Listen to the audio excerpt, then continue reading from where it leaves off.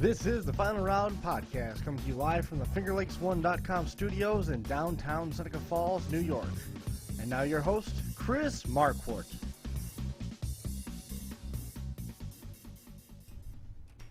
Good afternoon, good evening, and welcome to this edition of the Final Round Drag Racing Podcast. Excited to be along with you. The train's running early tonight. I don't know if you can catch any of the whistles that we're going through behind us here as we got everything up and running. Just making sure that everything is actually up and running. There we go. Everything's looking a little bit better that way. Jason made the trip in. We're going to be catching up with Ben Haight here in a little bit as well, so looking forward to that conversation. There's been some news on the national level, been some news on the local level that we can get into here. Western New York Super Rod Association, they've wrapped up their 2020 season. Empire Dragway looks like maybe they've wrapped up their season.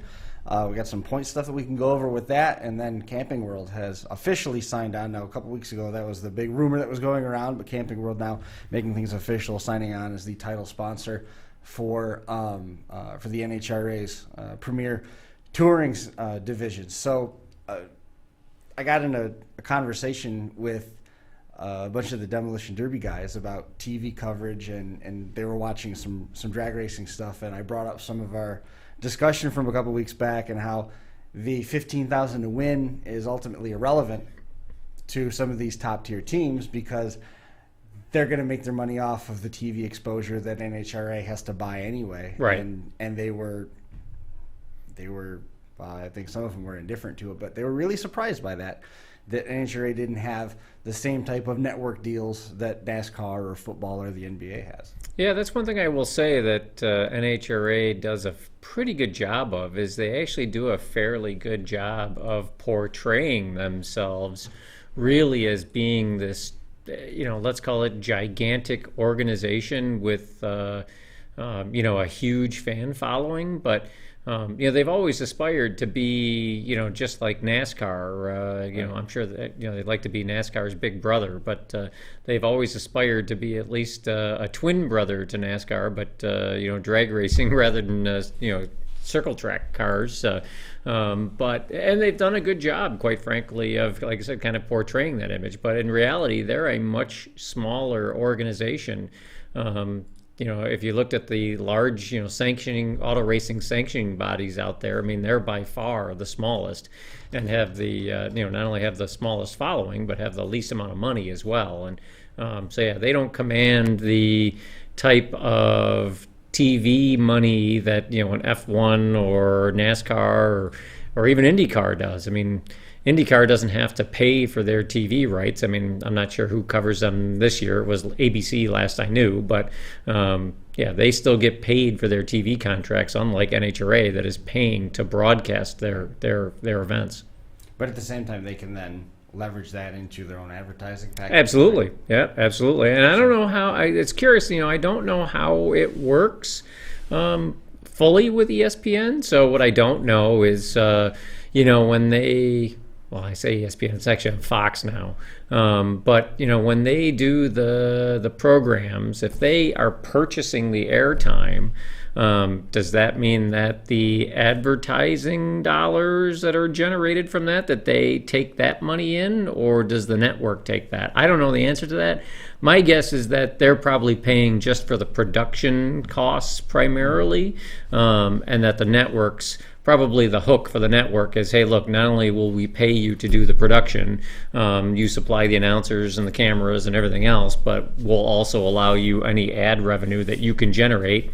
Great, that's yours to keep. That would be my guess. Sure. At the end of the day, the real money that NHRA gets from that is obviously their title sponsor and really all the racers that they represent with sponsors. If that TV coverage goes away, all those sponsors all those racers that you have with major sponsors more than likely go away too. Right. You lose a big chunk of that, and that's one of the things where with Camping World stepping up, it's going to be a little bit more it's going to be more lucrative for the racers that aren't full time. Mm-hmm. Because now that they don't have necessarily the sponsors that care about getting the That's TV right. coverage, they might be able to attract some extra dollars here and there, but they're going to be fringe dollars. It's not going to be primary money like you see on the Force cars or on the Prudhomme cars or something like that. But Right. at the same time, otherwise you would have seen 9 cars at a national. There's no doubt that the car count would have been way, way down for sure. And, I will say that a nice thing overall for those guys that are running part-time is it does give them the ability to potentially land sponsors, let's call it for a local race, that from a company that really doesn't want to make a huge investment and at the same point in time would now want to potentially have the ability of getting a little bit of national TV time exposure.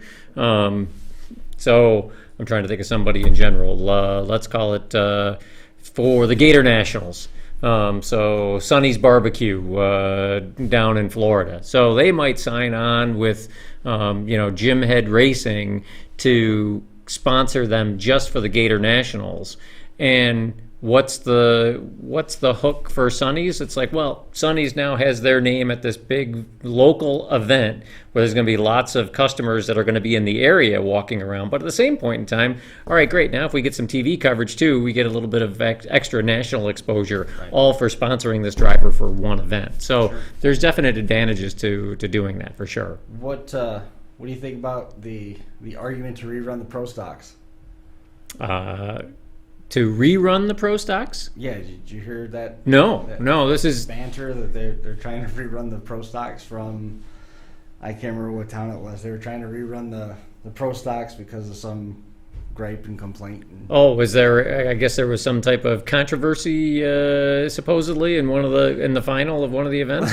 Once it's over, it's over. Right? Well, yeah. I would, in general, I would say that. I have to say, the NHRA did reverse course once. I believe it was. I'm going to say it was Steve Johnson running Matt Smith potentially, and they ran in the final round of, I'm pretty sure it was the U.S. Nationals, and ended up basically the timers and the win lights showed that I'm fairly certain that it was Matt Smith won, but the video replay clearly showed that Steve Johnson was at the finish line a half a bike length in front of Matt Smith. And at first, NHRA basically stood in front of everybody and said, hey, yeah, you know what? Win lights don't lie. That's what it is. And then after basically, so much backlash, I think, and people saying this is just totally wrong. It's incredible that you're even letting this go. It was like the next day that they said, all right, we changed our mind and we're, awarding the win to Johnson. And, overall, that's okay. There's nothing terribly wrong with it. It's certainly better to get it right. But at that point in time, the racers had already left the track. The celebrations were over. All the media exposure and everything else that somebody would get from being in their winner's circle with their car or bike and everything else was all over with. So Johnson really ended up getting the short end of the stick. But that's the only time that I can specifically remember NHRA reversing course or having a rerun or anything like that. Well, it doesn't sound like they're going to at this point. The issue was from St. Louis. Okay. And they ended up stopping them midway through eliminations because the track was going away. Okay. There was a couple of bad wrecks. So there was a big contention that there was traction compound that was used, but then it wasn't up to snuff. Well, it was subsequently the word is that it didn't get dragged right. Okay, yeah. So it didn't adhere. Yep. And a couple of wrecks. A couple of people close to wrecking, chunks of the track started coming up. So the argument is let them rerun the race. And well, I think you know how I feel about that. Here's the thing. We've talked about this, I know, in the past, and I don't want to see people wreck their stuff and or potentially get hurt, right? And that's certainly a worst case scenario when you're expecting the track to be prepared to one level. It'd be different if all the drivers showed up knowing that it was going to be a no prep race, because then you can prepare for a green track. But in this case, yeah, quite frankly, it is what it is. Who should be the winner? Well, the winner is going to be the guy that either did the best job driving and keeping his car between the yellow line and the wall, and or set his suspension up the best to be able to get his car down the track. And the fact that it was ugly, I guess, and not. I mean, in the end, everyone was on the same surface, so it's not like it was unfair. I mean, the issue is when you got chunks of the track coming up. They only got through the quarterfinals, and this was the Mopar Express Lane Midwest Nationals. Yeah. That we're talking about. Kenny Delco, he wadded up a car pretty bad. Derek Kramer, he took up some chunks of the track itself. Yep. And a bunch of other people were close. They were close to wadding up some pretty expensive race cars. But again, here's the thing, right? So let's say the left lane is full of potholes and the right lane is perfect. Well, how do you get set in a particular lane? How you get set in that lane is being higher qualified car. So when it gets to qualifying, everybody is supposed to have at least one shot in both lanes. Now, in Pro Stock, I will say it's tough because in a lot of cases, the cars are so close that when you qualify and what the weather conditions are when you qualify, makes a big difference into how quick you can run and where you will end up in the qualified field. But at the end of the day, if you don't want to be in the crud lane with the potholes in it, be the higher qualified car, and then you won't have to go over there. And if you make it past first round after running through the crud lane, well, guess what? Now, if you get down the track fast enough, faster than your competitor, you'll have lane choice the next round. So again, they're not going to get a lot of sympathy from me. Like I said, I mean, it's a shame that people wreck their cars, and it's a shame that, NHRA sent them down the track in the first place, or said we're going to hold a race. But again, not being empathetic, I guess. There was nobody holding a gun to anybody's head making him go down the racetrack that day.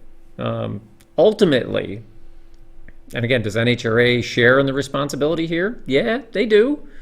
But ultimately, the ultimate responsibility basically resides in the driver and or team owner that makes a decision. Yeah, we're good with going down this track. Right.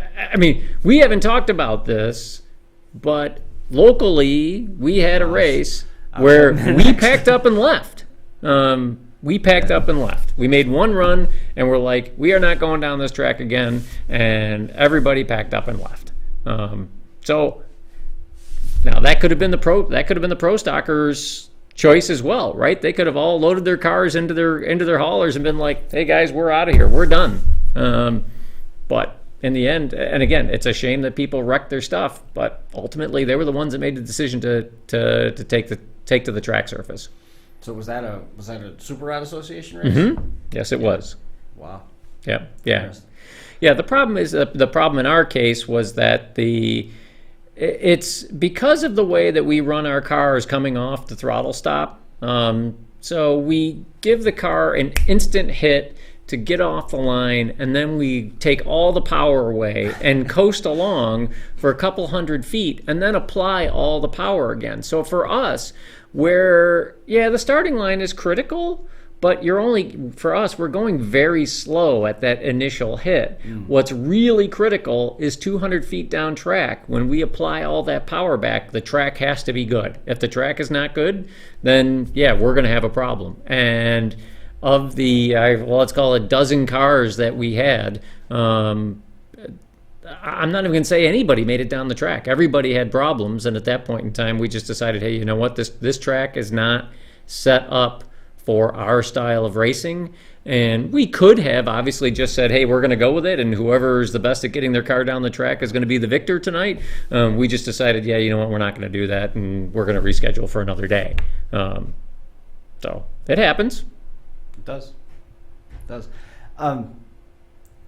My question on that is also back to track preparation. Like, you look at a dirt track, and if they know that weather's coming, or if they know that the track's been too rough the last couple of weeks, they don't put as much water in, they turn it over different, you can do all these different things in terms of prepping the track. Do you consciously change up things on the top end of the track just because you've got a touring group coming in. I think that you'd want to go with the most consistent setup that you could possibly put out there so that you draw more in terms of the parity and get close racing for eliminations. Yeah, that's the really hard thing, I guess we'll say, for a touring group that never goes to or rarely goes to a particular track. And let's just say Western Super Rod Association. So we decide to go to Topeka, Kansas. And maybe that's a bad example because that's a national event track. But let's use Topeka, Kansas, just for an example. So it's a track. This is a hypothetical because it won't happen. Well, I'm using it as a hypothetical because it's a track that we've never been to before. Okay. So we decide this is where we're going to go this week. And we have an expectation with regards to our setup and how we race our cars that we're going to get there and that this track surface is going to meet our requirements for racing this track. Now, at the same point in time, if Topeka has never hosted cars like us out there, how do they know how to prep the track, right? Sure. So the track basically does the best job that they can, and the racers kind of show up and hope, okay, well, we hope that the track is prepped the way we like it, but if it isn't, what do you do? Certainly one choice is to say, okay, well, this isn't going to work, and hey, we're going to reschedule for some time later. Or if you have enough money invested and enough time to get out to this remote track, you say, hey, you know what, well, I'm sorry, guys, but it is what it is, and we're going to have to make the best of it. And you're going to have to tune your cars and suspensions to get down the track the best you can. Right. Getting down the track as best you can, doing it consistently all season long can get you some track championships. It can. Empire Drag. I wouldn't know. It's a rumor. They tell me. A couple track champions that we were looking at from Empire Dragway. Looks like at this point all the points races are in. Western New York Super Rod Association concluded their season as well. Did you end up deciding to put the points on the shelf and just run Correct. the season? Yeah, right? yeah. We didn't have a point series this year. Quite frankly, our season was a nightmare race. Or a nightmare season, I guess. Went back this week. So yeah, our last race was this past Saturday at Empire, and we rained out and after the second round. So we were down to the semifinals and it rained out. Kirk Perry, Doug Linden, and Vince Gregory ended up splitting. But of the 8 races that we originally had scheduled for 2020, we lost 2 due to COVID, and we only finished 2 of the remaining 6. The others were either rain shortened or rained out completely. It really incredible. Just some really bad luck. And, we knew we were going to be up against it a little bit with COVID and stuff like that. So we're just like, well, we'll see what happens. But I'm really glad we didn't have any sort of points championship because quite frankly, I'm guessing Pete Maduri would have been the champion because he of the 2 races we did complete, he lost in the finals both times. So I'm not really sure, but yeah, it didn't seem like it was a great year to try and have a points championship. I got to hand it to Rob Keister, I guess, with the .90 Association being able to get all his races off and still have points championship. So good for them. He was saying that he had outlined his schedule.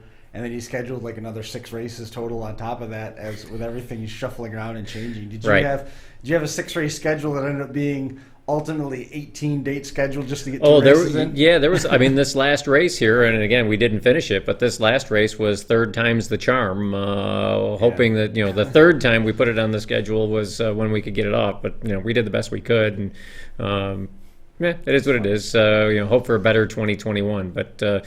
Empire was able to finish their season overall. I know that Don Keekle, I think tied for the Super Pro points championship. Sam Chapman also was 17. Okay, yep. And the others I don't know off the top of my head. Well, Reed Ricketson had an outstanding season. Okay. In Pro, 23 points to pull down the track championship there. And Matt Vogler, 23 points in A junior, and there was a tie in the street class too. Schmelch and Nab split that one. Yep. 19 points each there. Not a bad season overall, given everything. Right, right. They got races in. They were able to crown champions, and that means that they were able to race fairly regular. Yeah. I mean, yeah, they did. I mean, I will say that Empire. It's Rob said he changed the schedule 5 times and drank heavily. Aggressive alcohol intake. Yeah. People don't understand. It's almost 2 starting lines for a .90 car. Yeah. I mean, that's. Yeah, because of the fact that, like I said, it's that initial hit and then 200 feet down the track, right? So yeah, that's certainly a good point. And yeah, I mean, overall, I mean, Empire had a halfway decent season. Unfortunately, you get to the end of the year, and again, we would have finished this past weekend, except for the fact that you get to this time of the year, and you always have issues. Cars are starting to get tired, so you have breakage. The gassers were out there, and literally the second pass, the guy blew his rear end up and got gear oil all over the track. So we were down for a good hour at least then. And then we had, what's Larry's last name? Larry with a beautiful Chevy 2. He ended up crashing, and still in the first round. We didn't even get through the whole first round of time runs. We only got, he was running in pro or no box, and my understanding is he had a gigantic wheel stand and then came down and broke something from the wheel stand and ended up hitting the wall, and that took us down another hour. And that then rain came in right after 6:15, somewhere in there. But I mean, honestly, the weather forecast looked great up until that time, and it was really only when Western New York Super Rod Association was out there running did Empire, or was supposed to be out there, did Empire have a bad weather forecast, I think. So Empire isn't bringing you back with full expectations running a sunny season all year, right? I'm pretty sure, we've been banned from the track potentially for 2021 and beyond. Yeah, I mean, if you think about the weather this summer, it wasn't that bad. It started off cruddy in the beginning, in the spring. It rained quite a bit. I can't tell you how many times I heard the sentence, it doesn't matter if COVID shut us down because we wouldn't have been racing anyway. That's right. Yeah, that's right, 100%. So yeah, beginning of the season it was bad, but then the actual summer, let's call it mid-June, it was pretty nice. The only time it rained was literally almost the Saturdays that we were supposed to be out there racing. What was the die-off like? You always have that year-long attrition. People run out of money. They break parts, like you said. With the late start, I thought maybe some of that would be avoided. But with the sounds of things, it's never going to be avoided. I don't think it is ever going to be avoided because obviously, guys, the really hardcore guys are going to find places to race. So, whether obviously, you go out of state in New York, I mean, there were issues there too, right? Because, all right, I want to go to Virginia. Oh, no, I can't because it's on the banned states and I'd have to quarantine for 2 weeks and that type of thing. But, overall, the hardcore racers are going to find places to race. And whether it's, all right, I'm going to race at, Lancaster, Empire, and ESTA, and I'm going to hit those 3 hard, or I'm going to travel, or whatever it is. So, like I said, you're always going to have that. You got going back and forth to races with a deeper schedule. Instead of running 1 track, you're running 2 or 3. Right. That's a whole lot less maintenance time. Between. Yep, for sure. Yeah, for sure. So, right. Yeah, and like the I said, other thing too is that we didn't have fans in the stands necessarily at these tracks all over New York. The select 7 or 8 dirt tracks that opened, and maybe 9 at that point, they didn't have fans, but they still had all the cars. Mm-hmm. So even though they started in June with the rainouts and stuff, they might not have started until like the end of May. So we're talking about a fluctuation of 3, maybe 4 weeks. Yeah, for Western New York, not a lot, really. Yeah, it didn't change much. I mean, we're scheduling races in March and in April, saying it'd be awesome if, right, knowing that likely it's going to get dropped, but if it does get in, boy, we're the first one that's going to be open. Exactly. We're going to get all the cars.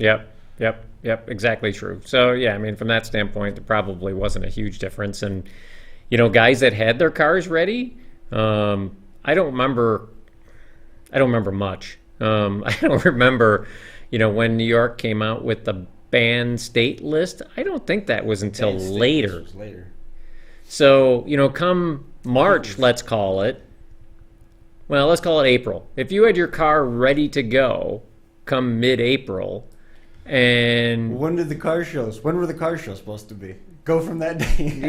yeah. You know? So I wouldn't be surprised, right, if you had guys from around here that had their cars ready, and because Empire couldn't open, maybe they went down to New Media and went and raced down there for a few weeks. And I don't think Pennsylvania was ever on the ban. Pennsylvania had the biggest issues with fairgrounds-related events. Okay. Because of the county and Yep. subsidization and stuff like Yeah. that. So some of their standalone events, I know Roaring Knob, they stood alone. They didn't have any county ties or anything, so they had a full schedule down there, but the county fair level stuff didn't.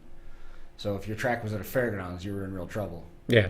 You know, that's one of the problems that Canandaigua was able to end around, is the racetrack itself is leased out to somebody from the fairgrounds. Okay. It's leased out to another entity that promotes the racetrack. And so when the county fair was in town, they didn't do any racing. Okay. But when it was just a typical Saturday, I think the 21st of June is sticking out in my mind, somewhere around there. Mm-hmm. And they brought fans back a couple times, and then that was when all of the outdoor gathering, religious gathering back and forth was going on. Accord was involved, Can-Am was involved, Genesee was involved, in different levels. The thing that drag racing is sort of immune to it, because the spectators aren't so heavy a part of it. It's the racers in the pits. Right. Yeah, that's absolutely true. And I'm trying to think, actually. Rob said New Media had 400 cars the first weekend they opened. Yeah, and that doesn't surprise me. And I bet you there was a whole bunch of guys that were from this area that probably went down because they couldn't race around here. Again, I don't know if Lancaster ever got the okay to have fans at the track. Well, I don't think anybody got the okay. Well, Empire did. Yeah? Empire did, because, and I think that I think they ended up taking that and pushing it off to a county by county decision. Mm. So Empire being in Livingston County, much more rural, sure, I think got the okay. Actually, I know they got the okay on a limited basis. The biggest city in Livingston County, Geneseo? It might be. Or Hornell. I'm not sure if Hornell's in Livingston County. Hornell? Yeah. I mean, I'm going to guess it might be Geneseo or maybe Dansville. It certainly isn't Mount Morris, then. Yeah, I mean, clearly a much smaller county, where in New York or Lancaster, you have Erie County, which is a much more populous area, with Buffalo being there. I mean, it's really 15 minutes outside of the city of Buffalo. So I don't know that Lancaster ever got the okay to have fans at all.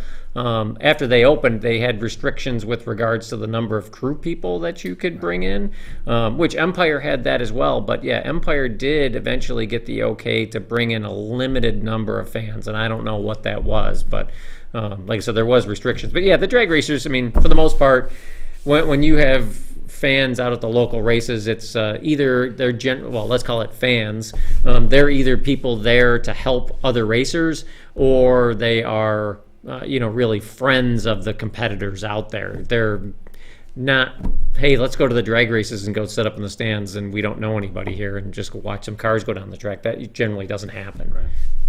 Yeah. I'd like to say that it does happen, and unfortunately, you see pictures. We all have short memories. You see pictures of from Lancaster in particular, where the stands were full, jam-packed, but it's always hard to say. You don't know whether or not that was on a special night when they had John Force there, or what was going on. So, I forgot. I talked to Jeffy from the Fab Farm. With, Ben, it's Chris. Can I put you in? Hey, let me put you in. All right. And I'm blanking now on the times. The Nostalgia Dragster, they put up some pretty crazy numbers. Oh. And now I can't remember what they were. I never wrote them down. And, I can't remember. Well, we'll have to... Robin, I think it was the fastest they'd ever gone. Yeah. And I cannot remember what they were. And if I say it, I'm completely making it up. Well, we'll have to get him on the show so we can talk about it. For sure. We got Ben joining us now. Ben's on the show as we speak. Ben Haight went down and raced the final. Hey, there he is. Sure we got everything opened up for Ben. Hey, Ben, how are you? Good. How are you? Good, thank you. Thanks for joining us tonight. Yeah, no worries. A little unexpected. Well, we want to get you in the studio for sure, so that you can come in and people can get the whole Ben Haight experience. But I don't know if many can handle the whole Ben Haight experience.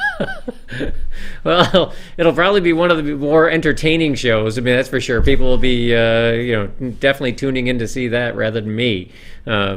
But we didn't get a chance to talk. I mean, I saw you last weekend. Obviously, you didn't get a chance to race with us because we ran the abbreviated schedule and we were only getting one time run.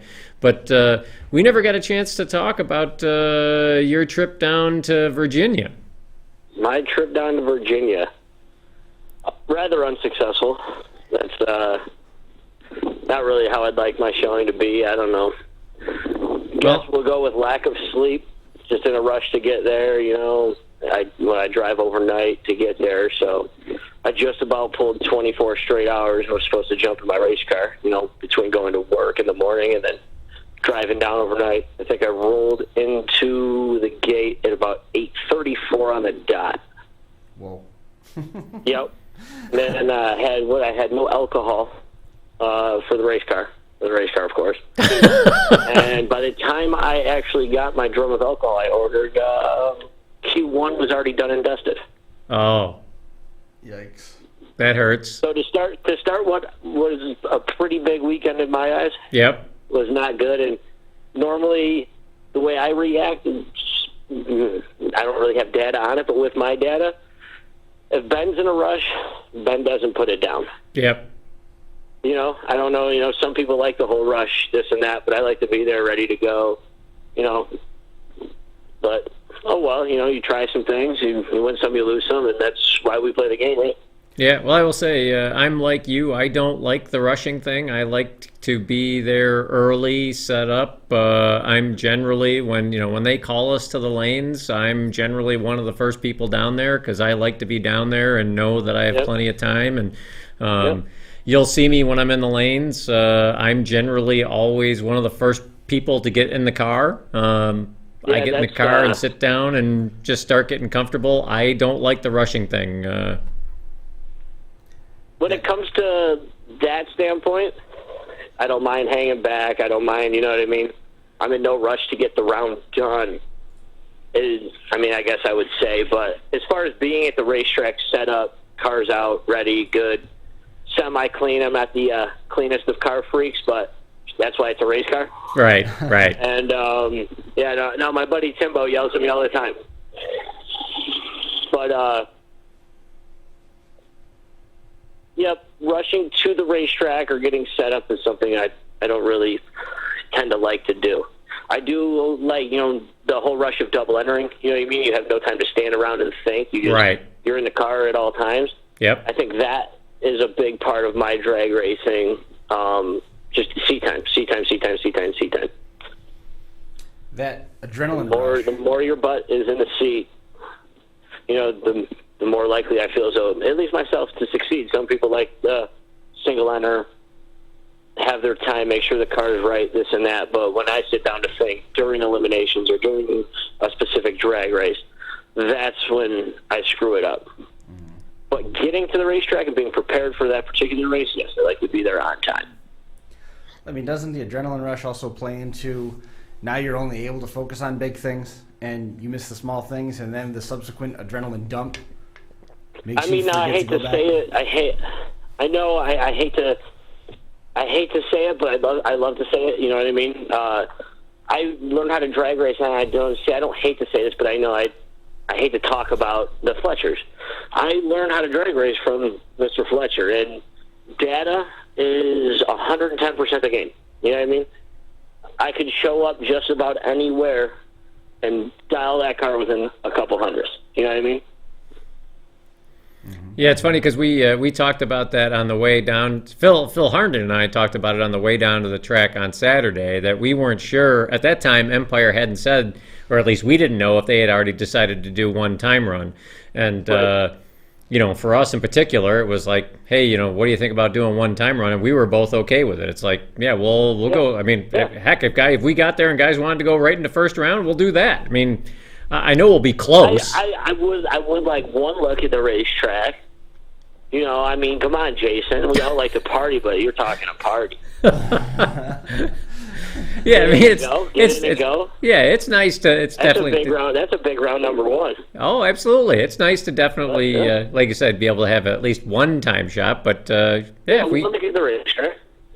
hey, everyone would be in the same boat, right? So if everyone's in the same boat, you get nothing. You get nothing. Let's go. I'm all right with that. No, yeah, as long as everybody is in the same boat. Right. Completely agree. I do it. But so what? So I mean, I will say I can empathize with your situation because I did plenty of what you did at Virginia when I was your age. The worst I remember being pulling into Chicago, basically just like you pulled into Virginia. It was pulling in the gate at 8 o'clock in the morning, missing first time run by the time I got pitted and all the rest of that stuff. Right. Going down there, you were in the top 10 in the division at the time, right? I believe I was sitting like number 12. Okay. And After the stats rolled in from what was it, Epping or Maple Grove, I'm sorry. yeah. I believe I was sitting like 12. Okay. And when Not too far out. I mean, if I could have put 4 rounds together, you know what I mean, and it would have been okay. And I had 2 shots to do so. But no, just unfortunately that's the way it happens, and it'll make me grind harder for next year. now what did you? Was it second round that you went out on in the first race? Yep, second round I went out in the first race, and then I left an okay race. The second race I lost an okay race first round. I mean, I was a bit tardy. I think I was 31. And Sean Frick was 23-ish, had me by 10, holding a bit more than I anticipated, and He caught me with a pretty good drop in the cones. And with my car the way it sits, ride height-wise, if, last split-second drop is a little tough for me because the nose will sit in the lights, or the cones, I should say. But, it was what it was. You win some, you lose some. Sean Frick's a pretty decorated racer. Oh, yeah. On the block a couple times, you know what I mean? He's won a bunch of super street races. That's the most fun part, but the worst part, after my first go in the NHRA to actually race super street, I went to Lebanon, and I was throttle stopping wrong. I got yelled at for that by my buddies. But I didn't know. I was putting a stop on it 30 thousandths of a second out rather than 30 hundredths of a second out. Yep. Or 3 full tenths. So the car wasn't getting out of the beams before it would drop onto the stop, which, so I was 30, 33, 34, 32. Right. Couldn't be better than 30. It didn't matter what kind of delay I had. I could roll in the world out you wanted to, and it just didn't work. Yep. And also not knowing that Pro Tree for Super Street in NHRA is a 470 Pro Tree, not 500. So I rolled in there with only, maybe 4 passes on the throttle stop from Empire to Lebanon, and I got cracks first round, and I stood there and thought, I'm like, man, Mr. Fletcher's job is not this easy. It's not that easy because we all know you're going to win more than you lose, and just going out there and losing round number 1, my first ever time out, I definitely dreamed of it being better than that. Definitely thought it would go a bit better than that on my way there. But, that's rough. That's rough. Well, I mean, at this point, you have a little bit of motivation, right, to come back in 2021 and absolutely. Try to improve, right? I can't wait. I can't wait for it. Hopefully this virus and everything clears up. That was the biggest thing is I could go to, maybe 5 or 6 divisionals within a 6-hour, radius of home. Right. And, when Norwalk shut down for the year, New Media had to cancel theirs, ATCO canceled theirs, I lost out on a lot of stuff, unfortunately. Well, I had to make the trip to Virginia, I had a little bit of a shot at something that would have been it's been a goal in my life. You know what I mean? Some people have been there and done it. Yeah, not so much. Wouldn't have made that trip, but we gave it a whirl. Well, yeah, and I know I will say that I never.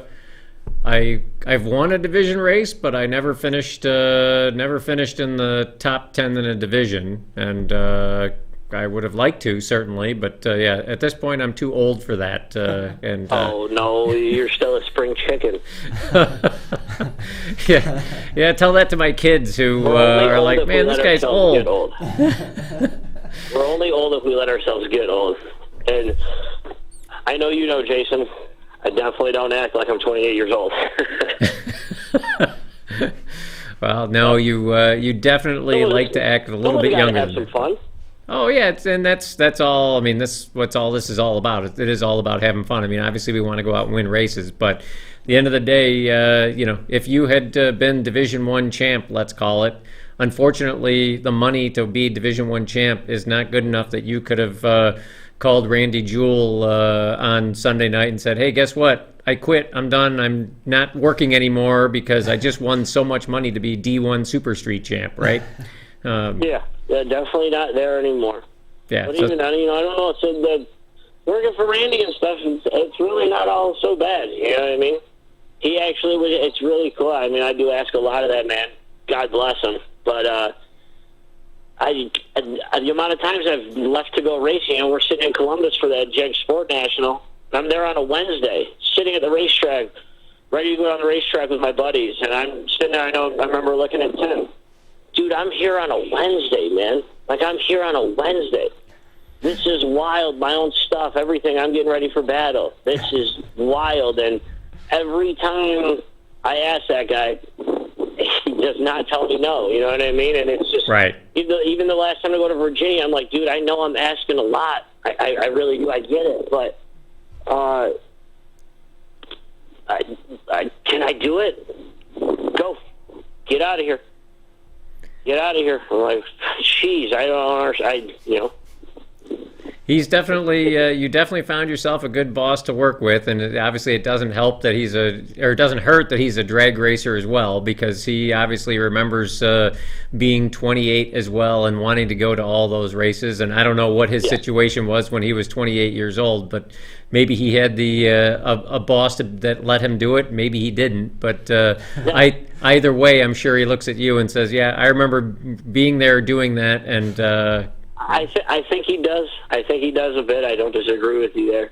I never realized, before I started working for him, I knew who Randy Jewell was. I didn't know who he was. I mean, that guy's a bad dude. Oh, yeah? It's a bad dude. You sit there and watch some of the stuff. Now, I'm young and early into my quote-unquote mechanic days. So, sometimes he shakes his head at me like, dude, come on, you know what I mean? But he's very, very patient, but he's got accolades. Just every which way you look, that man has got accolades. I didn't realize that when I first started working for him. I did not. But that guy knows knows the game, and he knows it very well. Yep, and that's why I'm letting him touch my car, and so yeah, taking my car over to the shop there and letting him build a set of headers. What? Oh yeah! Oh, you didn't know that? Phenomenal with those headers. The way he sees stuff, my jaw hits the floor. I mean, he comes up with it in 40 seconds, and I'm like, I'd be sitting here scratching my head for hours. Hey, Chris is over here in a state of shock. He didn't realize that I finally committed to having a set of headers built for the Corvette. How many spreadsheets? Yeah, that thing needs to be on the racetrack immediately. How many spreadsheets did it take to come up with? What analysis did you do to decide? It's been as long as I've known you. Oh, it hasn't been that long. No, I will say that, a couple of people that I talked to about it, but, with COVID at the same point in time, I mean, some of the people that I talked to, and it's not to say that I wouldn't have selected Randy regardless, because I know that, Randy built a set of headers for Billy Lieber, and, he had nothing but great things to say about them. And, but, now once COVID hits as well, it's like you start saying, well, we're going to take the car and take it to Canada and have F.J. Smith build a set of headers. It's like, no, you're not. Yep, not anymore. Yeah, right. So, now you start doing things like that, and you cross off the list. It's like, all right, people that potentially could, or you talk to, and it's like, oh yeah, you just kind of get the impression that from a schedule standpoint, it's going to take them months and months to do it. And talk to Randy, it was like, hey, it's definitely not a fast process. I watched him. I've gotten the opportunity to watch him, I think, do 2 or 3 sets of headers for, racers that we would know, Ed McClellan, Ray Thurston, stuff like that. Yep. It's incredible. You know what I mean? I look at my set of Hooker Sport Comp headers on my race car, I'm like, huh.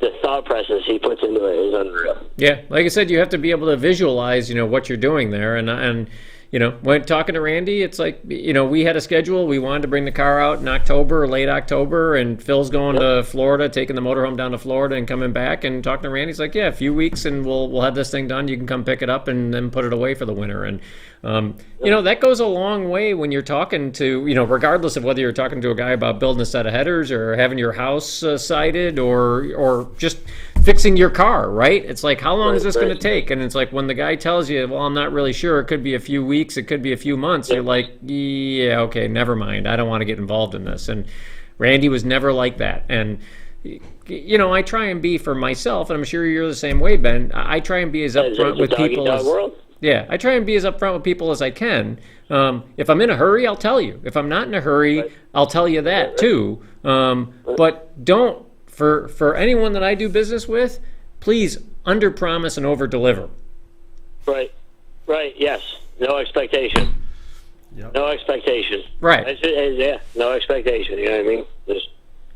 Yeah. If you tell me 3 months, and I'm okay with 3 months, and you deliver it in 2.5, that's fantastic. You tell me 3 months, and it ends up being 6. Yeah, I'm probably going to be a little upset. Completely understandable. So. Yeah, I'm looking forward to it, and it's funny too because Randy was able to convince Phil. I had told Phil that from the get-go that I wanted to build a set of stainless headers, and Phil was talking to me the whole time. He's like, "No, you don't want to do that. Just build a set of mild steel." And I don't know what Randy said to Phil, but he convinced Phil that the stainless headers are the way to go. Absolutely. So they're going to be stainless also. Wow. I'm shocked. Because this has been a conversation that's been around. Oh yeah, we've had a lot of people. We've been talking about it for a long time, joking about it for a long time. Jeff Jackson said it's Christmas. Yeah, so hopefully, cool. A couple of weeks we'll have the headers done, and I will say too that for us, we've already talked about stuff that Phil is going to do on his car in the off season. Phil has already told me, he's like, hey, we want to make sure that the Corvette's ready to go because we'll probably start the season with the Corvette. So right up, never a bad plan.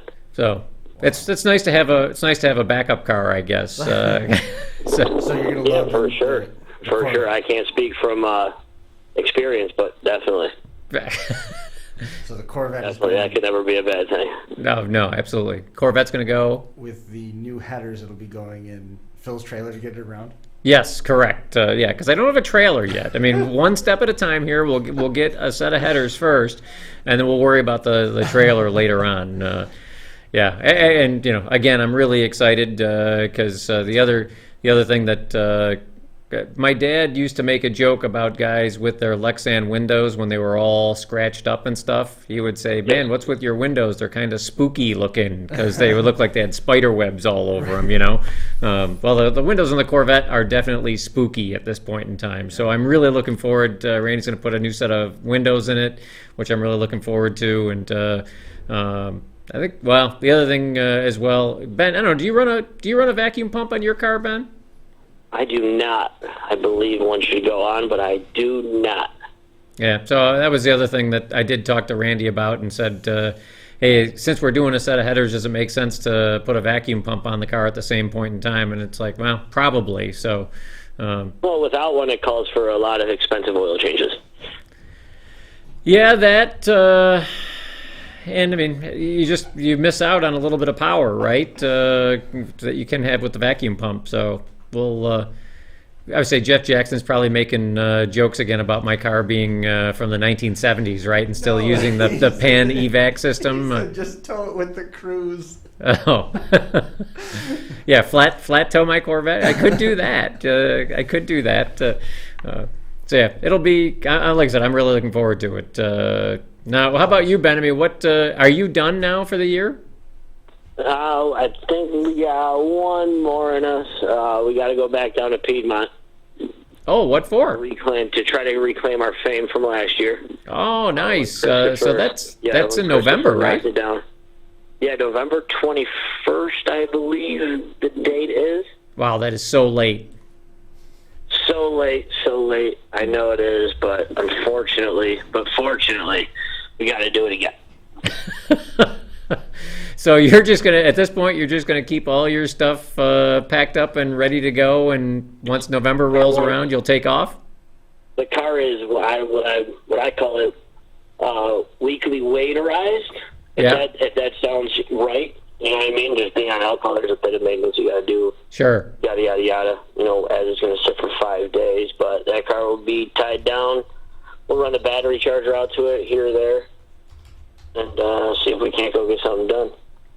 And so after Piedmont, let's assume that things generally stay the way that they are. And after Piedmont, do you have any big plans for the car in the off season then? Well, so the worst part is the thing works so well the way it sits, right? Right. I would love to not even have to pull the motor out of the car. But I would love to. Unfortunately, I put somewhere around at least 250 laps on it. Wow. This year. Wow. I mean, but that's, I'm definitely racing somewhere every weekend, weather permitting, and I go doubled. You know what I mean? You're going to go to town to a decent money bracket race. You're going to spend $600 to get there, or call it $1,000 to get there for a weekend. I'm going to at least take 2 shots at it, right? Sure, absolutely. But no, yeah, I would like to. I know Randy really wants to because the car doesn't show its full potential. I got to send my shocks out, my front struts or coilovers. I got to send them out, have them be fixed. I got one that's stuck on the tightest setting, so obviously both are fit to match there. So I'm losing a bit of weight transfer. I could use a bit less weight spring in the front of it, and probably 2 inches longer just for a little bit more stored energy to really get the car to weight transfer. Yep. But now we're talking maybe we'll finish the cage through the firewall. I mean, we're pretty much, the plan with my car is mock Chris Scarlatta's Firebird. Okay. Because that thing is wicked. That is a wicked car. And I mean, it's, other than body panels, it's pretty identical. You know what I mean? Yep. So I'd like to really just mock the front end of Chris's car, put a tubular K-member in it, leave the stock, strut mount location, but you can cut some weight out there if you finish the bars, and then like tubular lower control arm, something like that. I guess Randy says, I mean, he's done enough in his day. That whole tubular front end deal really, really lights the front end of the car up. I would say if my budget permits, now you're making me think that while the car is at Randy's, that I should be talking to him about that for the Corvette too. I could possibly. It's just crickets. Is yet to have a tubular K-member control arms. I don't really know how those cars set up too much. I don't know if I've ever had the opportunity to touch a 63? 63. They're so it's the same front suspension on a 63 to an 82, I believe. And really? They are big old stamped steel A-arms on that thing, and you could very easily, I mean, there's a couple of companies that make off-the-shelf tubular A-arms for it. I don't know how much weight I could take off, but I mean, if I'm with the modification to my car to literally match Christopher's, I think Randy says it's somewhere near 100, 110 pounds with just the switching of the weight. You know what I mean? You're taking weight out, but you're putting bars in, so you're adding a touch. Right. So Jeff wants both of you to come and run Vegas. It's not clear. Hey, Jason, I gotta fly though. I got some duties I got to attend to. Okay. I hate to end this so short, but I did tell you I was at a pretty big deal for one of my buddies Yep. tonight. I do hate to run it short, but I have to fly. No sweat. We'll Hey, talk to you soon. Ben. All right, sir. Thank you for having me on. We'll plan it again. Absolutely. Sounds good, Ben. We'll get you on this. We'll get you in the studio. Take care. Thank you very much. All right, see ya. There goes. Ben Haight. He was. I was just setting the table to start letting him go. I've been watching the clock. I knew he had about 30. Yeah. He actually was at Tim Fletcher's wedding rehearsal dinner. Oh. Right before coming on the show. So he texted me at 6:30 and said, "Hey, we just got out of the church and I can make it." And so yeah, I really appreciate Ben coming on and basically squeezing us in. Yep, made it work. And so Jeff wants me to go out, wants both of us to go out to. And he also thinks that you should do the tubular front end as well. It's just money. You've got it. It is just money, that is for sure. It's been one of those projects, I will say, that I've looked at for the race car for a long time. All the projects for the race car have been looked at for a long time. There's plenty of them. This is part How of. old are the windows in that car? I had them. I mean, they're old. They're not ridiculously old. I had them replaced when I had the car painted by Scott Jaron, so it was probably, now granted, I'm going to say not that old, but you got to remember when you get old like me, time flies. Yep, I'm going to say it was probably 2001. Yeah. I do remember. I do know that I was living at my house in Rochester because I remember watching the car on a flatbed being towed away. And was that front end project something that was on the radar then? No, it wasn't. Definitely wasn't on the radar then because I didn't have the money to do it then. And I go back and forth. I mean, there's the hey, it's a race car. Let's just cut it off and make it a race car and put struts on it. And then there's the no, it's an original '63 Corvette. You really shouldn't do that. You could make the car better, the front suspension better, significantly better, not just better, but significantly better. Take some weight off and just put some bolt-on A-arms on the front of it and go that route. And I just keep going back and forth. And because I go back and forth, nothing happens. It's like your garage. It's like a lot of things, especially when it comes to spending money.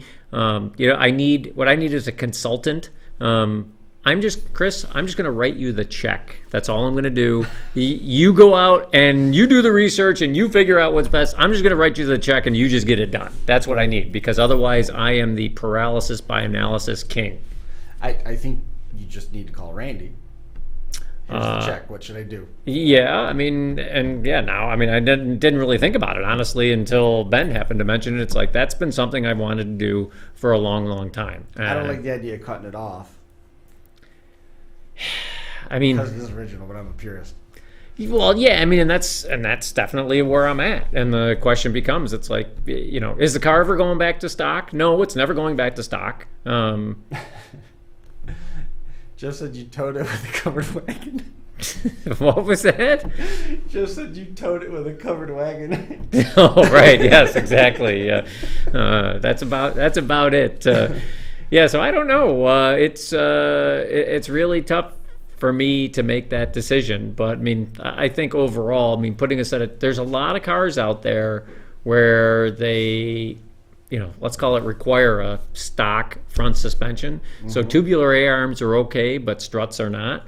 And yeah, would I get the full benefit from a weight saving standpoint? No, but I know I would save a ton of weight, and I know the front suspension geometry would be a heck of a lot better with a set of modern tubular A-arms on it. That my guess is that it's one of those things where it's like, well, you don't have to cut it up and you get 80% of the way, 90% of the way there by going to a tubular A-arm setup. Probably seems to be the better way to go than taking the Sawzall to the front of an original 63 Corvette, right? It's just money. Yeah, that's it. So we'll see, but yeah, maybe I'll... Jeff's even volunteering to do it for you. The A-arms or the Sawzall? It just says I'll do it. So, yeah, probably the Sawzall. Well, I mean, and again, Billy Lieber and I have talked about this, and he's like, why would you do that? He's like, we should just cut that front suspension off and put struts on it. And yeah, to a certain extent, he's right, because am I ever putting that car back to a street car? Again, it can never go back to be original because of what's already been cut out of it. So, but Justin's going to do all of it. Just drop it off. I would say full tube chassis and be done with it. Yeah, we'll see. But yeah, maybe I'll talk to Randy and see about. The only thing left original will be the mirror. I will say the one nice thing is that if we were to do that, it would give Randy a little bit more room to put a set of headers in it. That's for sure. He'd probably be really trying to convince me hard to do that project to make his header job a little bit easier. You got an hour and 20-minute ride home. You can make a phone call. It's Randy's birthday today, actually. So happy birthday, Randy Jewell. But so yeah, I won't try and get him on the phone tonight. I'll let him enjoy his birthday. And you ride to Honey tomorrow. Yes, I'll call him in the morning.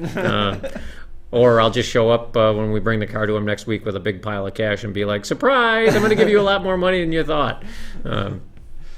Yeah, it's hard. I will say that's one hard thing, is that when you do have a race car, in a lot of cases, well, the last time I redid the car, it turned into this. It was, well, first I just wanted to have the aluminum redone, the interior. And that turned into, well, geez, if you're going to do that, you really should redo the cage at the same time. And it's like, well, if you're doing that, that means you got to pull all the wiring and all the fuel lines and everything else out of it too. So you might as well redo all of that. So what started as a $2,000 project just to redo the tin on the inside turned into basically a $10,000 job to kind of redo the entire car. Right. And yeah, that's, if I was only independently wealthy. Well, once you cut it off, then you can put the big block in it. Well, that's where Lieber's going as well. Is that yeah, he's like, what we should do is put the struts in it and put a big block in it. And yes, I realize that's probably what I should do, but I don't know. I'm a small block guy at heart, and I wish the Pro Stock trucks were still around, because I'd buy one of their old engines and put that in the car and have like the baddest small block on the planet in the Corvette. But the problem is that when you look at building small blocks versus big blocks, they don't make sense money wise. The big block doesn't make any sense. No, the small block doesn't make any sense, because for the money that you're going to spend on a small block, unless you're going to go turbo or something like that, the money you're going to spend on a small block is going to be just as much, let's call it, for a big block for less power. See, I'm a little surprised by that, just because the small block stuff is so kind of, well, I guess the big block stuff's just as common too. The big block stuff, I mean, nowadays for sportsman racing, big block stuff is more common. You can buy, I think it's the 555 that you can buy from like Shafroth or Rare and Morrison, and you buy that motor for, I'm going to say, I'll call it a long block. I won't call it complete. I'll call it a long block for $12,000, and that motor will make 950 horse. You spend the same money on the small block, and you're going to get a small block that makes 200 horsepower less. Anybody building a car brand new is not going to build a small block. It doesn't make any sense at all. No, get your big block at Walmart. Right. What do you think? We covered a lot. Ended up covering a lot for what where we were at 11 o'clock this morning. Yeah, absolutely. I'm really thankful that Ben was able to join us and give us a quick rundown in between all the stuff he had going on today. And like I said, hopefully we'll get to have him in the studio. Maybe we'll get him in the studio after he gets back from Piedmont. That'd be good. I'm sure he'll have a couple of good stories to tell. No doubt. No doubt.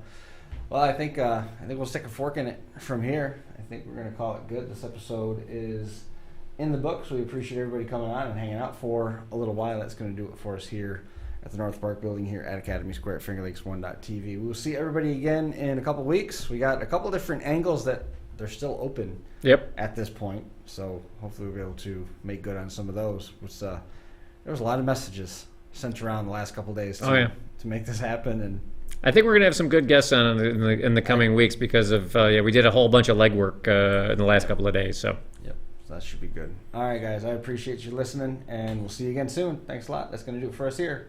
See you then. This has been the Final Round Drag Racing Podcast, coming to you live from the FingerLakes1.com studios in downtown Seneca Falls, New York. We'll see you right back here again in 2 weeks. Thanks for watching.